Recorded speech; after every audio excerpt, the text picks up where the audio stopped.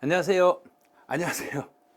이제 30일에 기출문제 또 얼마나 어렵게 출제됐는가, 또 내가 풀만한가 한번 테스트 해봐야죠. 자, 제가 28회부터 34회까지 기출문제 올려드리고 여러분이 풀 수 있는 기회를 드린다 했잖아요. 그래서 31회는 지금 어떻게 내 수준이 얼마나 될까 또 점검을 한번 해보셔야죠. 그래서 반드시 이거 좀 해설 강의 들으시기 전에 문제를 먼저 풀으셔야 돼요. 문제를 풀고 나서 그 문제 풀었던 내용을 그 내용을 가지고 정답을 맞춰보셔야 돼요. 그런데 문제 안 풀고 저는 해설부터 들란다 그러면 도움 안 돼요. 그래서 언제나 문제는 16문제니까 20분 안에 푸시고 20분 동안 풀고 20분 동안 풀었던 문제를 해설 강의로 들으세요. 이렇게 하시는 게 아마 도움이 되실 거예요. 자, 이제 어떤 문제들이 나왔는가 한번 가보죠. 자, 25번은 용어 정리 문제네요. 용어 정리. 야, 이런 문제 나오면 얼마나 쉬워요. 용어 정리. 보통징수 딱 나왔죠. 보통징수 나오면 뒤에는 세무공무원. 편의상 틀렸네요. 편의상이 나오면 여기는 특별징수가 나와야죠. 특별징수. 자, 이렇게만 이번 시험에 내준다면 얼마나 좋겠어요. 그냥 날라가죠. 이 정도만 내면. 자, 두 번째. 취득세에서 용어죠. 부동산. 우리 부동산 그러면 그 안에는 토지, 건축물을 합쳐서 토지하고 건축물을 더해서 이 두 개를 더해서 부동산이라고 이렇게 칭하는 거예요. 근데 다시 또 여기서 토지라는 것은 여기서 토지는 등재가 되어 있는 등재된 토지와 또 플러스 사실상 모든 토지를 말합니다. 여기까지 정리하시면 딱 돼요. 세무 공무원이란 그러면 세금 일하는 사람 그러면 되겠죠. 세금 일을 하는 사람 세무 공무원. 자, 납세자 조심하세요. 납세자는 내 거든 남의 거든 모두 갖다 내는 사람을 납세자라 하니까 특별징수 의무자도 포함입니다. 특별징수 의무자도 이 사람도 포함하겠습니다. 납세 의무자 그러면 특별징수 의무자는 제외.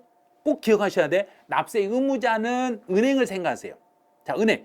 그러면 특별징수 의무자는 은행이니까 복권에 당첨받은 사람이 은행한테 돈을 주면 은행이 받아가지고 정부에 전달 역할을 하니까 은행은 자기가 자기 세금이 아니라 남의 세금을 받아서 전달하니까 특별징수 의무자는 납세 의무자는 아니지만 납세자에는 속한다. 자, 요 지문만 주의하시면 돼요. 그다음 징수금. 징수금 그러면 걷어들이는 거 지방자치단체가 걷어가는 건 지방세겠죠. 또 자기들 주머니에서 먼저 나간 거 챙길 때 체납처분비, 체납처분비나 지방세를 묶어서 징수금이라고 하겠습니다. 자, 저렇게만 나온다면 너무 좋아요. 너무 좋아요. 그런데 너무 좋아요 할 때 우리말 할 때는 땡끼리 그래야 되는데 외국말로 땡큐 막 이런 분 있잖아요. 그런데 이런 문제만 나오면 진짜 쉬운 거예요. 용어 정리 문제는 그냥 어떻게 보면 보너스로 주는 거죠. 자, 이제 두 번째.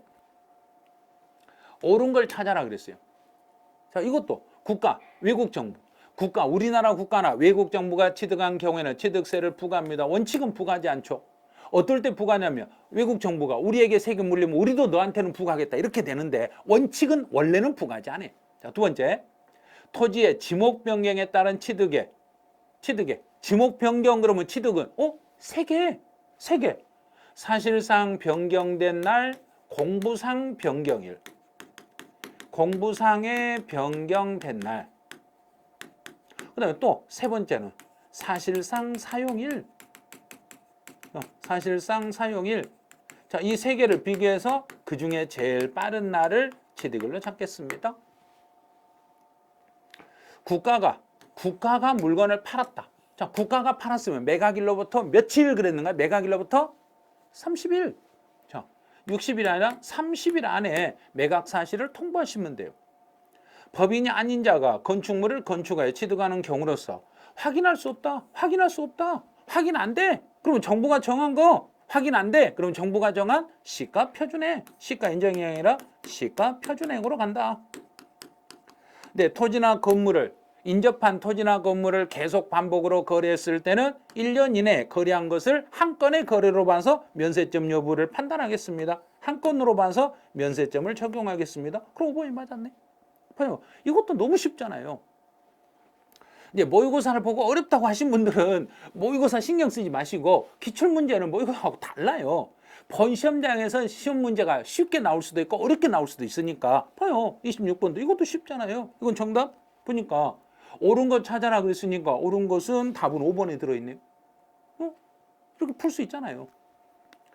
그 다음에 27번 등록면허세 표준 세율로 등록면허세 세율 문제 물어본다고 세율만 보면 안 된다고 그랬죠. 반드시 과세표준하고 세율하고 같이 연결해서 보세요. 보존등기는 0.8 가처분은 너 이거 팔지 마. 내가 너한테 받을 돈 있어. 그러면 채권 금액. 이거 틀렸잖아요. 부동산 가액이 아니라 채권 금액에 앞에가 가니까 가니 D는 맞았는데 채권 금액이 틀렸죠. 그럼 이번이 답이네. 지역권은 요역지 가액의 1000분의 2, 전세권은 전세 금액의 1000분의 2. 상속은 취득세 얼른 생각하세요. 농지는 2.3, 농지감 2.8. 그럼 2.8에서 2를 빼니까 0.8. 됐죠? 그럼 답은 2번이네. 야, 이것도 쉽네요. 28번. 등록면허세에 대한 설명으로 옳은 걸 찾아라. 등록면허세는 1번 지문. 그 지역 사정에 따라서 50% 범위 안에서 가감할 수 있으며 틀락. 가액이 감가상각이나 자산 재평가가 나오면 무슨 글자 한 글자만 보라겠던가? 변경? 전 틀렸잖아. 변경 10. 부동산 등록에 대한 신고가 없는 경우. 신고를 안 했네. 내가 등록면에서 신고 안 하면 정부는 시가 표준액으로 하는 거지. 시가 표준액에다가 뭐 100분의 10을 곱해가지고 뭐 이런 거 아니에요. 내가 신고를 안 했거나 신고한 금액이 시가 표준액보다 낮았을 때는 시가 표준액으로 계산하겠습니다. 지목인 묘지. 등록면허세네. 등록면허세 묘지는 비과세. 부과하지 않는다. 비과세. 자, 등록면허세 납세지는 원칙은 부동산 소재지로 가는데 납세지가 분명하지 않았을 때는 등록 관청 소재지 그랬잖아요. 맞았네. 옳은 거. 그러면 1번도 틀렸죠. 2번도 틀렸죠. 3번, 4번 다 틀렸네. 그럼 답 또 보이네. 이것도 충분히 풀 수 있잖아요. 못 푸는 게 아니라 다 풀 수 있는 문제들이에요. 지금까지 푸는 거 다 풀겠잖아요. 이제 29번. 등록면허세 신고 납부에 대한 설명으로 옳은 걸 찾아봐라. 상속으로 취득하는 물건을 취득한 자는 상속 개시일로부터 6개월 이내. 여기는 취득세하고 등록면허세를 비교 문제를 내놨네요. 그럼 여기는 이제 취득세라고 했으니까 상속은 상속 개시일이 속하는 달의 말일부터. 상속이 나오면 달의 말일부터 6개월 안에 신고 납부하셔야 됩니다. 일반 과세 중과세로 바뀌면 중간에 이미 낸 세금 중에 가산세가 들어있으면 가산세 뭐하고? 빼고. 가산세 포함하는 게 아니라 가산세 제외하고 여기만 보면 된다 했잖아요. 자, 이제 3번.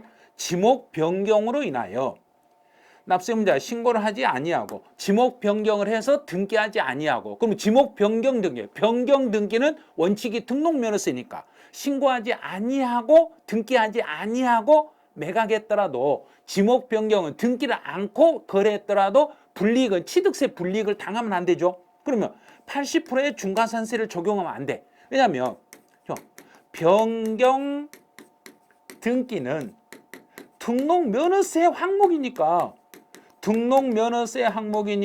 여기서 등기를 했든지 안 했든지 등기를 안 했더라도 취득세에서 벌을 세게 주면 안 된다는 얘기. 등기를 안 했다고 해서 등록면허세에서 벌을 받든지 해야지 취득세에서 벌을 줄 이유는 없습니다. 이거 틀렸네. 등록을 하려는 자는 신고를 하지 않았더라도 등록하기 전에 돈만 내버리면 신고하고 납부한 걸로 보기 때문에 가산세는 부과하지 아니합니다. 부과한다가 아니요. 가산세 부과하지 않습니다.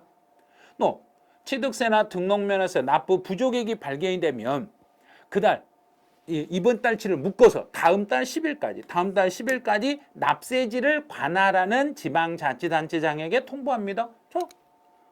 보니까 여기도 옳은 거 찾아라 그랬으니까 1번, 2번, 3번, 4번 다 틀렸네요. 그럼 5번이 답이네요. 이것도 그냥 풀만한 문제들이죠. 30번. 이제 재산세 과세 대상 및 납세 의무에 대한 설명으로 옳은 걸 찾아라. 그럼 재산세 과세 대상은 토지, 건축물, 주택, 항공기, 선박을 과세 대상으로 한다. 맞았네. 너무 쉬운 문제네. 자, 두 번째.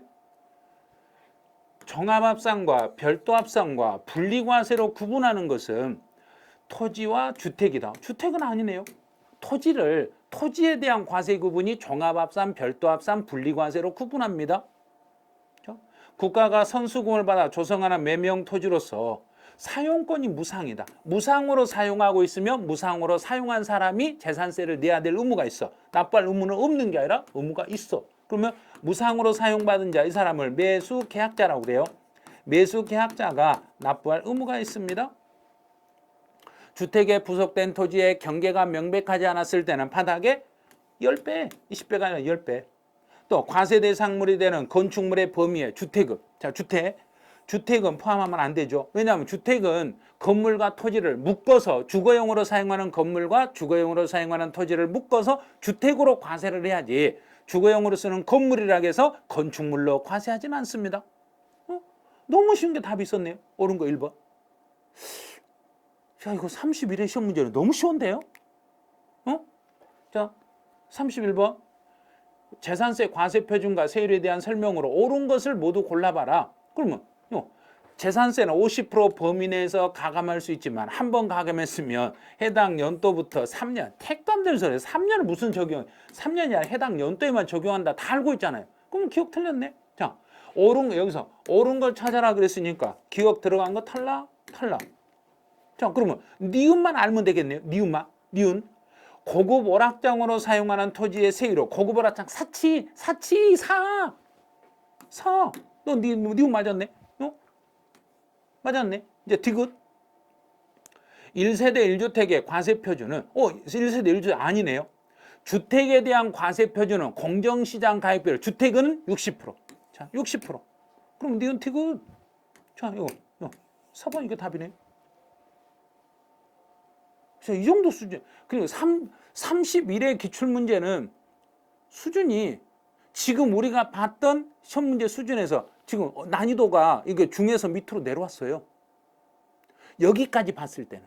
자, 여기까지 봤을 때는 32번. 재산세 부가징수에 대한 설명으로 옳은 걸 찾아봐라. 재산세 과세 기준일은 매년 6월 1일입니다. 근데 맞았네. 토지에 대한 재산세는 금액에 상관없이 토지는 무조건 토지는 속 안 좋으면 토는 9, 토지는 9월달 끝. 니은 탈락. 500만 원 이하인 경우에는 500만 원 안 넘으면 250은 초과하고 500이 넘지 않았을 때는 250 초과액을 3개월 이내에 분할하게 할 수 있습니다. 근데 맞았네. 또 재산세라는 것은 정부에서 세금을 계산해서 세무공무원이 계산해서 보내주니까 이런 방식을 보통징수 방식이라고 그래. 특별징수가 아니라 보통징수 방식이라고 합니다. 그럼 옳은 것은 그랬으니까 1개, 2개. 되게 2개네. 자, 1번. 니은 틀렸죠. 그다음에 디귿은 맞았죠. 니은 틀렸죠. 그럼 2개네 답이. 2개라 해서 2번 하면 안 돼요. 여기 2개가 3번에 들어있잖아요. 3번. 여기까지도 어려운 게 아니죠. 풀만하죠. 자, 32까지 풀만했어요. 자, 33번 가보죠. 납세의 지역자, 이제 못 보던, 우리가 한 번도 배우지도 않았던 지역자원시설세 문제가 나왔네요. 자, 그러면 이제 요령. 지역자원시설세는 누구한테 붙어서 나온가? 알았죠? 지역자원시설세는 재산세 고지서에 재산세 고지세 나란히 기재해서 나오잖아요. 그럼 재산세하고 똑같다고 풀어버리면 되는 거예요.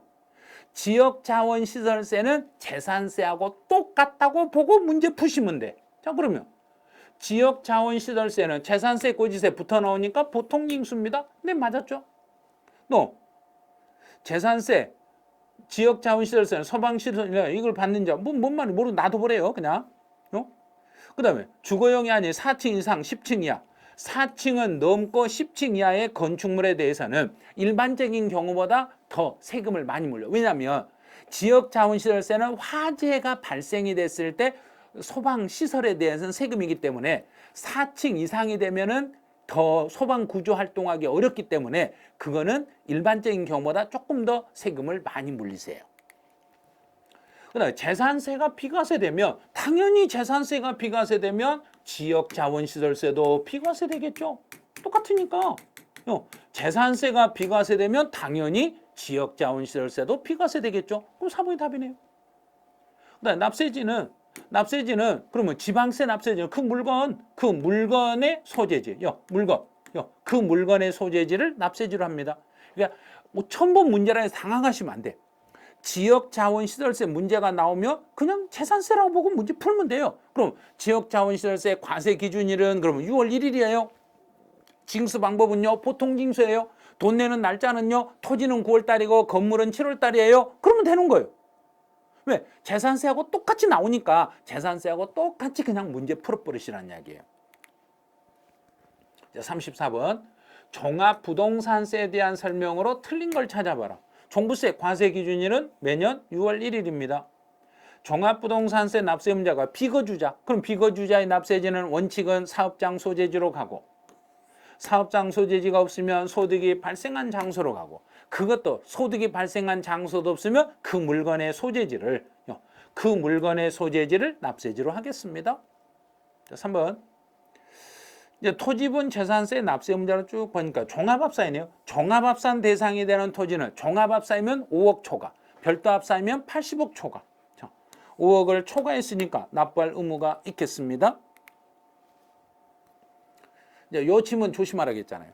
종합부동산세에서 재산세로 부과된 세금이 있으면, 재산세로 부과된 세금이 있으면 나중에 종합부동산세를 계산할 때 일정 기준금액을 초과해서 냈던 그 재산세는 빼준다고 했잖아요. 빼줄 때 이제 50% 범위 내에서 가감한 세율이 적용돼서 납부한 세금이 있으면 적용돼서 낸 세금, 적용된 걸 빼주고, 상한제를 적용받아가지고 세금을 낸 게 있으면 상한제 적용받은 세금을 빼드리겠습니다.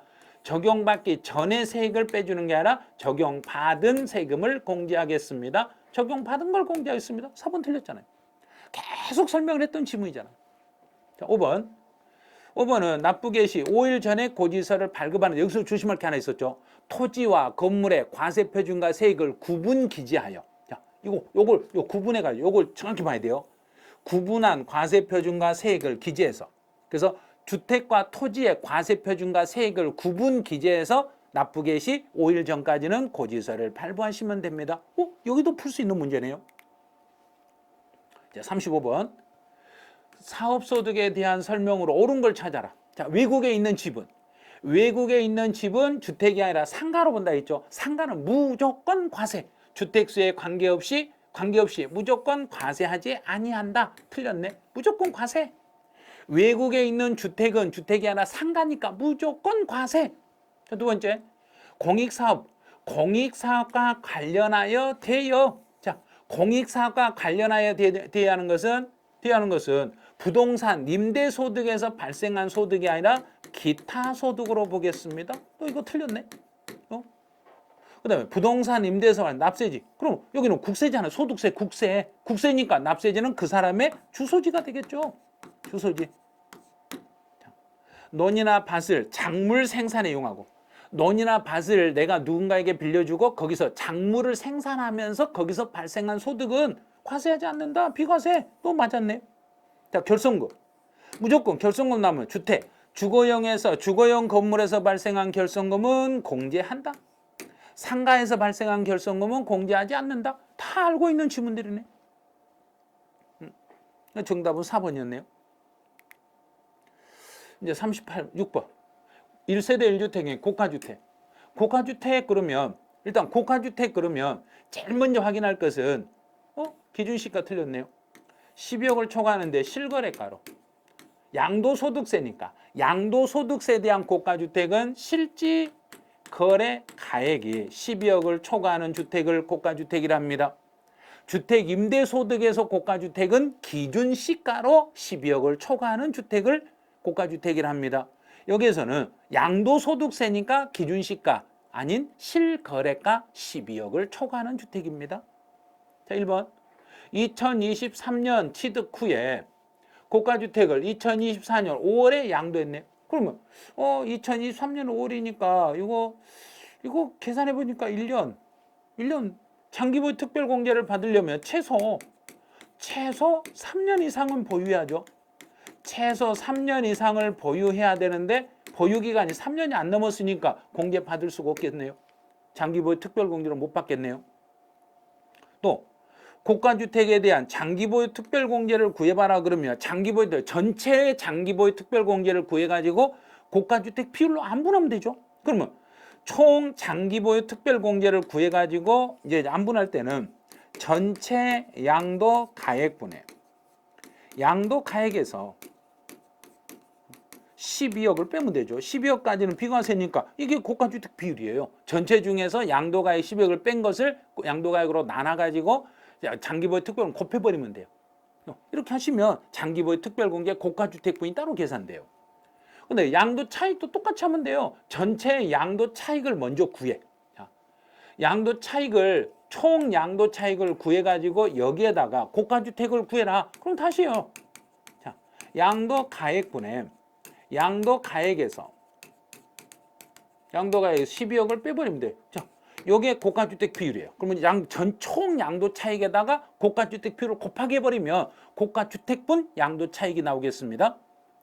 다가구 주택은 하나의 매매 단위로 양도했으니까 전체를 한 집으로 보죠.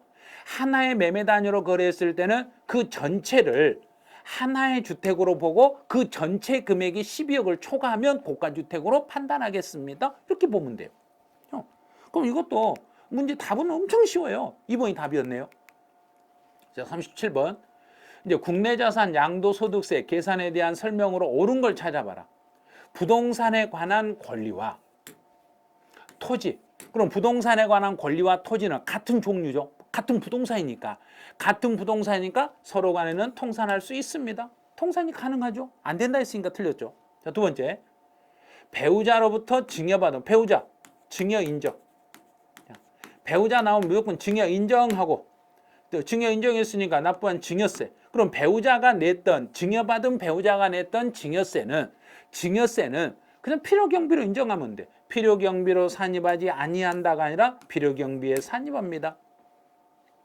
세 번째, 보유기간 중에 다른 소득 금액을 계산할 때 이미 필요경비로 산입을 해버렸네. 다른 데서 이미 필요경비로 산입이 돼 있으면 그 금액은 양도가액에서 공제할 필요경비로 보는 게 아니라 공제하지 못할 필요경비로 보는 거예요. 공제할 필요경비가 아니에요. 다른 데서 이미 경비 처리했으니까 공제받지 못할 필요경비로 보겠습니다. 이제 특수관계인에게 증여한 자산에 대해서 특수관계인 나오면 증여 부인 이렇게 하면 되죠. 그래서 여기서는 수증자가 부담한 증여세 상당액은 특수관계인은 일단 2월과세가 적용되는 배우자나 직계존은 빠지니까 그러면 특수관계인하고 관계돼 있을 때는 일단 증여를 부인한다 생각하시면 돼요. 증여를 부인했으니까 증여도 아닌데 증여세를 냈으니까 필요경비로 산입하는 게 아니라 그 증여세 받은 것은 환급 처리하시겠습니다. 거주자가 특수관계인과 거래를 통해서 시가에 미달하게 양도했다. 그러면 시가에 미달하게 양도해서 세금을 줄이려고 부당하게 특수관계인과 거래를 통해서 시가와 거래가액의 차익이 금액으로 3억 이상 차이가 나거나 또는 시가에 5% 이상 차이가 났을 때는 그 차익이 시가에 5% 이상 차이 나면 거래가를 부인하고 시가를 양도가액으로 다시 계산합니다. 시가를 양도가액으로 하여 계산하겠습니다. 그럼 5번 맞았네. 이거 조금 난이도 좀 있죠. 이건 난이도 조금 있었어요. 38번. 이제 틀린 걸 찾아라 그랬어요. 부담부 증여. 부담부 증여가 나오면 양도소득세는 양도일이 속하는 달의 말일부터 3개월 안에 애정신고하면 되고 애정신고 납부라는 경우에 감면세액이나 수시부가 세금이 있으며 감면이나 수시로 세금 낸 게 있으면 이를 공제하지 아니한 낸 거 또 내. 이거 낸 걸 다시 낸 다음에 말도 안 되는 거죠. 이미 세금 냈으니까 이미 수시로 냈으니까 그거 빼고 나머지 예를 들어 1,000만 원 중에서 600을 이미 수시로 냈다. 그럼 나머지 400밖에 없잖아요. 그 나머지 400만 내면 되는 거지. 1,000만 원 다시 낼 필요가 없잖아요. 이미 낸 세금이 있으니까 이미 낸 거 빼고 나머지만 내시면 됩니다. 이것도 너무 쉬운 거네요. 2번 틀렸네요. 예정신고든 확정신고든 납부할 세금이 1,000만 원만 초과되면 2개월 이내 분할 납부할 수 있습니다. 됐죠? 2,000만 원을 초과했을 때는 그 세금의 50% 이하의 금액을 분할할 수 있겠습니다. 요거 조심하라 했잖아요. 1년에 2회 이상 양도한 자가 이미 신고한 소득 금액과 합산하여 신고하지 않았을 때, 합산하여 신고하지 이미 앞에서 예정 신고를 여러 번 해가지고 합산 안 하고 따로따로 신고해 놓으면은 1년치를 정확하게 합산해 가지고 다시 하죠. 그래서 확정 신고를 꼭 해야 됩니다. 예정 신고 때 합산이 안 됐으니까 확정 신고를 반드시 하셔야 됩니다. 이런 거예요. 그다음에 양도 차익이 없거나 양도 차손이 발생한 경우에는 과세 신고를 하셔야 됩니다. 당연히 세금 낼 게 없어도 하셔야 됩니다. 세금 낼 게 없어도 반드시 확정 신고나 예정 신고를 하셔야 되겠습니다. 그럼 정답은 2번이었네요. 39번. 이제 국외자산을 양도, 국외자산 양도에 대한 양도소득세에 대한 설명으로 틀린 걸 찾아봐라 그랬어요. 1번. 부동산에 관한 권리는 외국에 있는 부동산 임차권은 등기, 미등기 상관하지 않죠. 미등기일지라도 양도소득의 범위에 포함합니다. 외국에 있는 물건은 등기를 했던 안 했던 상관없이 무조건 양도소득세 과세에 포함합니다. 자, 두 번째. 장기보유 특별공제는 공제하지 아니합니다. 왜냐하면 외국 것은 장기보유 특별공제 못 받아요. 또 실질 거래가액이 확인되더라도 외국 정부의 평가가액, 양도 가액을 계산할 때 실거래가가 먼저, 실질 확인되면 실거래가가 먼저, 이게 확인이 안 되면 그 당시에 현황을 반영한 시가,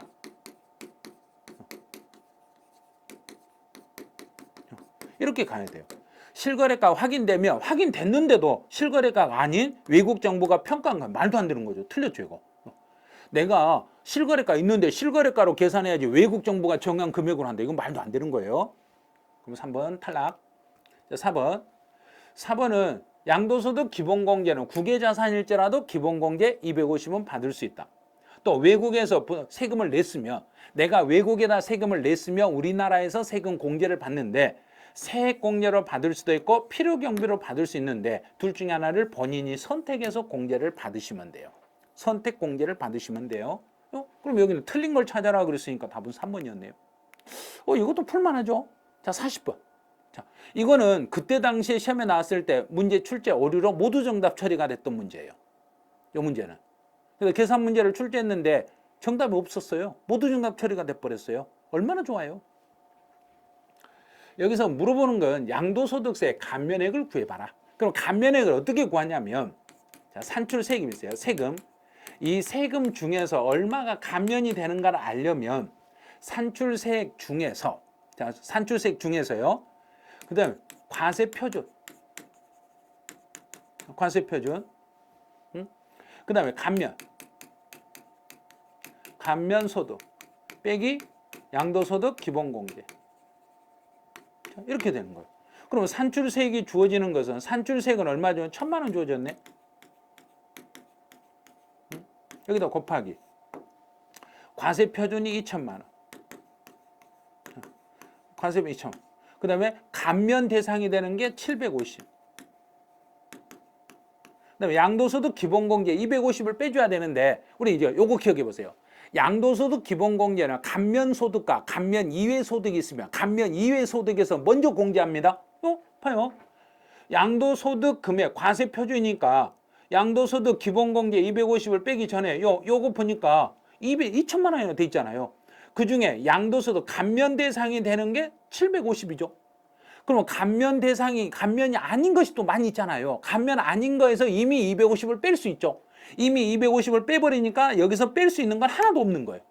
이미 감면 이외의 소득에서 250만 원을 먼저 공제해버린 거예요. 그런데 출제위원이 감면 이외의 소득에서 공제된다는 거 생각을 안 하고 문제를 내버린 거예요.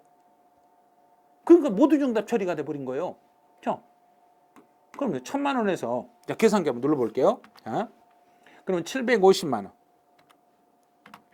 750만 원 나누기.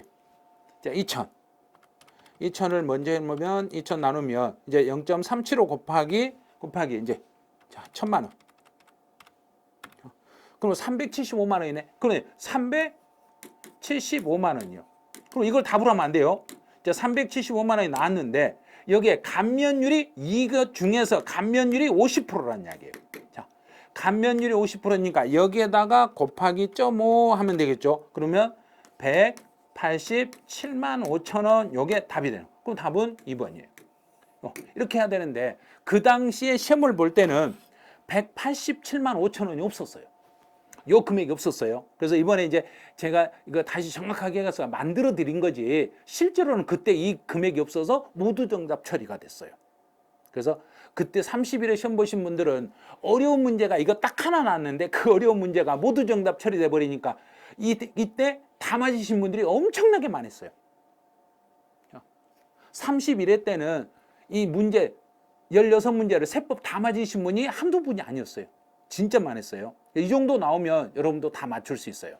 다 맞출 수 있으니까 걱정하지 마시고 30일에 모이고 실제 기출문제처럼만 이것만 이렇게만 시험에 나온다고 하면 얼마나 도움되겠어요. 자,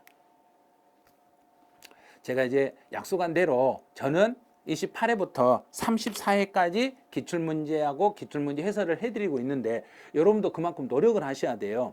시험이 얼마 남지 않았기 때문에 최대한 기출문제는 반드시 분석을 하고 기출문제는 풀어보고 시험장에 가셔야 돼요. 그래서 제가 해드릴 수 있는 건 28회부터 34회까지 지문 잡아드리고 정확하게 해설해드리고 어떤 부분에서 어떻게 출제되는지 포인트만 잡아드리면 여러분들이 노력을 해가지고 시험장에 가서는 다 맞춰내버리셔야 돼요. 출제위원이 무색할 정도로. 출제위원이 어렵게 냈는데 우리는 다 맞춰버리는 거예요. 우리는 다 맞출 수 있도록 이렇게 공부를 하고 계시면 돼요. 그러니까 여러분들 그동안 고생한 보람이 이제 조금씩 나오기 시작할 거예요. 조금씩 나오기 시작하고 제가 강의할 때 조금 심하게 이거는 이게 왜 모르시냐 막 이렇게 막 그 할 때도 있었을 거예요. 그거는 이거를 모르면 시험을 볼 수가 없으니까 그런 거예요. 그래서 지금 와서 보면 그때 그걸 그렇게 이야기를 해서 내가 하나 더 알 수 있겠구나 이런 생각도 하실 거예요. 그래서 시험 보는 그날까지 제가 최선을 다해서 도와드릴 테니까 여러분도 최선을 다해서 노력을 하셔가지고 시험 잘 보시기 바라네요. 자, 그러면 저는 이제 32회 기출문제에서 또 찾아뵙기로 하죠. 그래서 이번 31회는 여기서 끝내고 32회 기출 해설에서 또 만나기로 약속을 하죠. 네, 30일에 문제 풀어보시고 해설 강의 들으시면서 수고 많으셨습니다. 네, 수고하셨습니다.